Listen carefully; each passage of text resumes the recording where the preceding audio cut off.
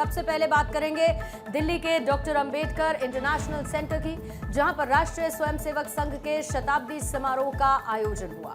इस कार्यक्रम में प्रधानमंत्री मोदी ने बतौर मुख्य अतिथि शिरकत की। प्रधानमंत्री मोदी ने राष्ट्र के प्रति आरएसएस के योगदान को बयां करने वाले विशेष रूप से डिजाइन स्मारक, डाक टिकट और सिक्का जारी किया। प्रधानमंत्री मोदी ने कहा कि संघ ने राष्ट्र निर्माण की शिक्षा दी है। यह हमारी पीढ़ी के स्वयं सेवकों का सौभाग्य है कि हमें संघ के शताब्दी वर्ष जैसे महान अवसर देखने को मिल रहे हैं। मैं आज इस अवसर पर राष्ट्र सेवा को समर्पित कोटि कोटि स्वयं सेवकों को शुभकामनाएं देता हूं, अभिनंदन करता हूं।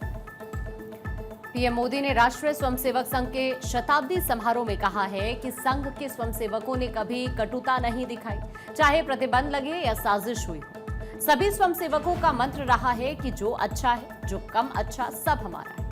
प्रधानमंत्री मोदी ने कहा कि दूसरे देशों पर आर्थिक निर्भरता, डेमोग्राफी में बदलाव के षड्यंत्र जैसी चुनौतियों से हमारी सरकार तेजी से निपट रही है। स्वयंसेवक होने के नाते मुझे खुशी है कि संघ ने इसके लिए ठोस रोड मैप भी बनाया है। घुसपैठियों से बड़ी चुनौती मिल रही है, हमें इससे सतर्क रहना है। आज राष्ट्र के सामने ऐसे संकट खड़े हो रहे हैं जो हमारी एकता, हमारी संस्कृति और हमारी सुरक्षा पर सीधा प्रहार कर रहे हैं। अलगाववादी सोच, क्षेत्रवाद, कभी जाति, कभी भाषा को लेकर विवाद, कभी बाहरी शक्तियों द्वारा भड़काई गई विभाजनकारी प्रवृत्तियां, ये सब अनगिनत चुनौतियां हमारे सामने खड़ी है। भारत की आत्मा हमेशा विविधता में एकता ही रही है। अगर इस सूत्र को तोड़ा गया तो भारत की शक्ति भी कमजोर होगी और इसलिए हमें इस सूत्र को निरंतर जीना है, उसे मजबूती देनी है। साथियों, सामाजिक समरसता को आज डेमोग्राफी में बदलाव के षड्यंत्र से, घुसपैठियों से भी बड़ी चुनौती मिल रही है। यह हमारी आंतरिक सुरक्षा और भविष्य की शांति से भी जुड़ा हुआ प्रश्न है और इसलिए मैंने लाल किले से डेमोग्राफी मिशन की घोषणा की है। प्रधानमंत्री मोदी ने कहा कि आज महानवमी है, देवी सिद्धिदात्री का दिन है। मैं सभी देशवासियों को नवरात्र की बधाई देता हूं। कल विजयदशमी का महापर्व। विजयदशमी अन्याय पर न्याय की जीत है, असत्य पर सत्य की जीत है, अंधकार पर प्रकाश की जीत का एक प्रतीक है। ऐसे महान पर्व पर 100 साल पहले राष्ट्रीय स्वयंसेवक संघ की स्थापना होना ये कोई संयोग नहीं था, बल्कि ये हजारों सालों से चली आ रही उस परंपरा का पुनरुत्थान था, जिसमें राष्ट्र चेतना समय समय पर उस युग की चुनौतियों का सामना करने के लिए नए नए अवतारों में प्रकट होती है। हमेशा हमेशा याद रखना है, संघ बना है राष्ट्र के प्रति अटूट आस्था से। संघ चला है राष्ट्र के प्रति अगाध सेवा के भाव से।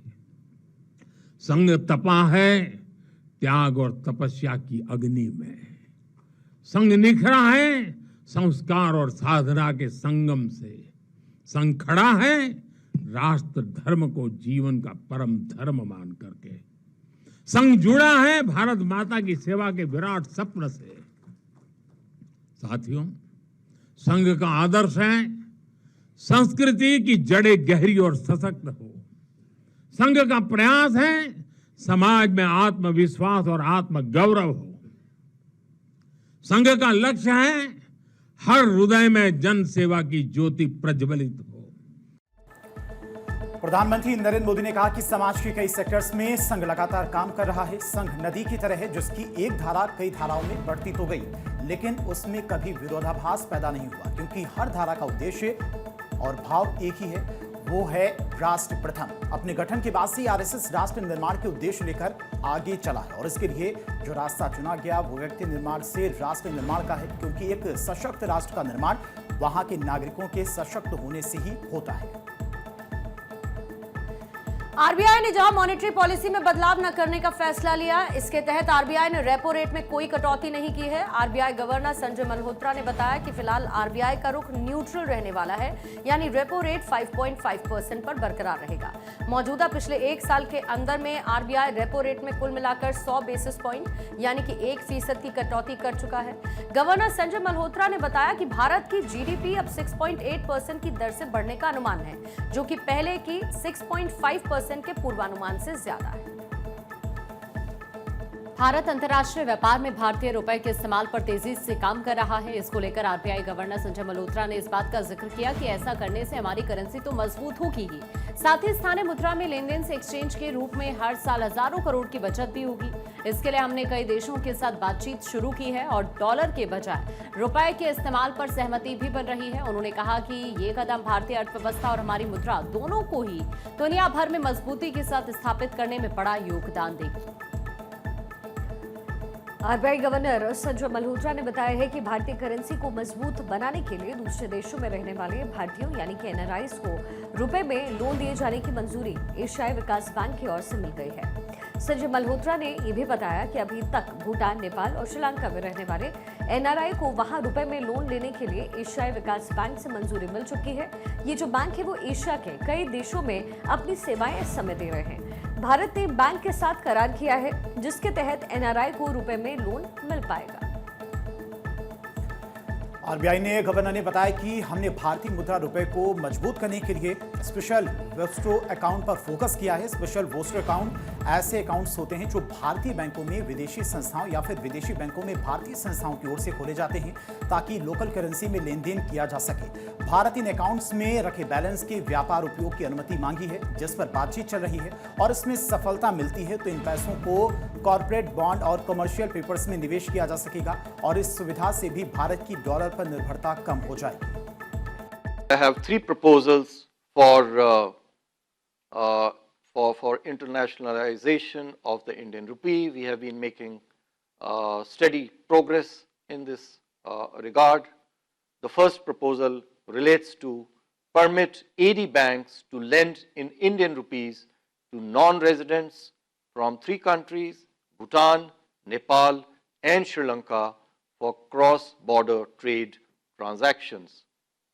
Second, to establish transparent reference rates for currencies of India's major trading partners to facilitate rupee-based transactions.